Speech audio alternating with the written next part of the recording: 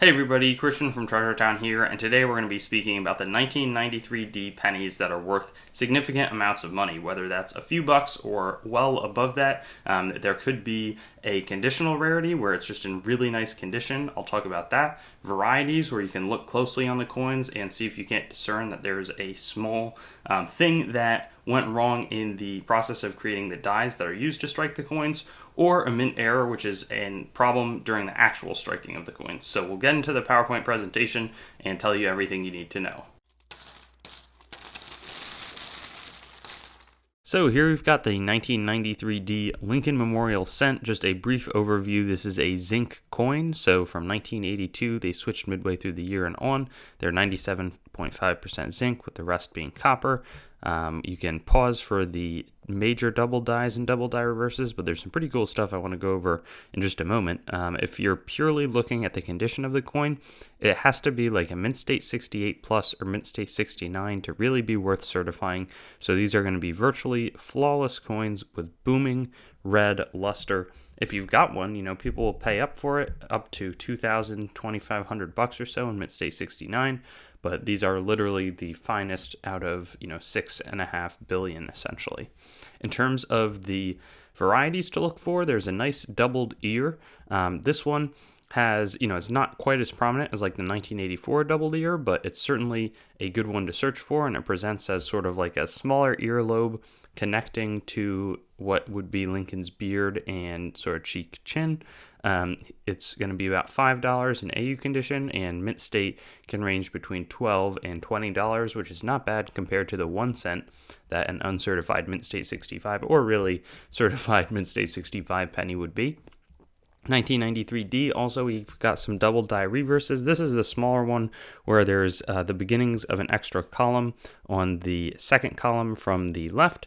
So you can see just to the side of it. This one's not as exciting as something like the second double die that we'll go over, where there's some clear columns, 3 full ones all the way through on the right side. And these values that I'm giving might even be a little bit low. It sort of depends on the eye appeal of your coin, and if it's really clear, these are just shining through really nicely, you can expect a little bit more. But $5 to $10, again, it's not nothing. It's a pretty nice, better than some of the repunched mint mark varieties. Here you can see, again, some doubled columns. This one has a little higher listed value, maybe it's just with the strength of that doubling on the back column right by Lincoln, but there's also a second one in the bay over to the right. And then there's also this full column that's really, really widely doubled. It's a nice one to the left. This one's sort of 3 bays over from Lincoln's statue in the building. $5 to $10 again, and like $2 or $3 in AU.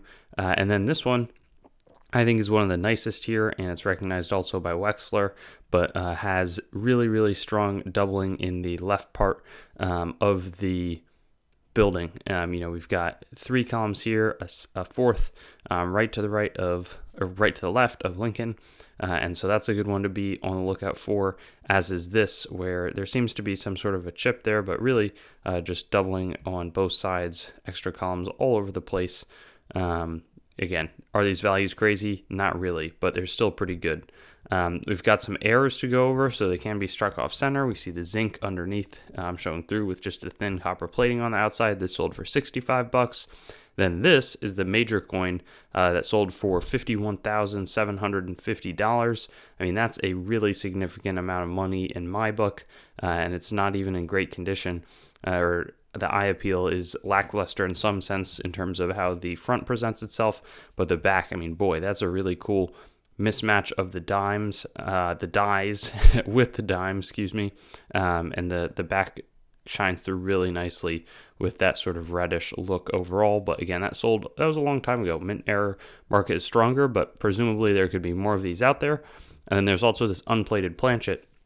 Like I was talking about before, it's a zinc coin, so sometimes the coil forgets it's pretty rare, but sometimes they don't plate the copper all the way through, and then the coins just go through as the regular zinc unplated ones. And this one sold for $160 about 12 years ago, or 13, a really nice coin. So that wraps it up. This one's the main one to look for, and spend a little extra time checking out the columns on the back, because you never know what you could have with these, or the doubled ear. Thanks for watching the video. I'd encourage you to like the video, comment, and make sure to subscribe to my channel. And I also have Facebook, Instagram, Twitter, and some other social media platforms. You can also go to my main channel website, treasuretownyt.com, to learn more about the channel and sort of stay in contact. I also will eventually host all of these videos on coinsmetalscards.com, which will be both news, marketplace, and coin information. I do have the goal of eventually getting pretty much every US coin, date, mint mark, denomination on the channel with a similar video to the one that you just watched, and that will likely all be hosted there. And then I also have treasuretowncoins.com, which is sort of my coin dealing wing, coin dealing only entity that is a little bit less focused on content production. So thank you so much, and I'll look forward to seeing you on some of my other videos. I also have videos that are not just the date, mint mark, denomination recap in this format, so you can check some of those out, and I'll have fun seeing you there.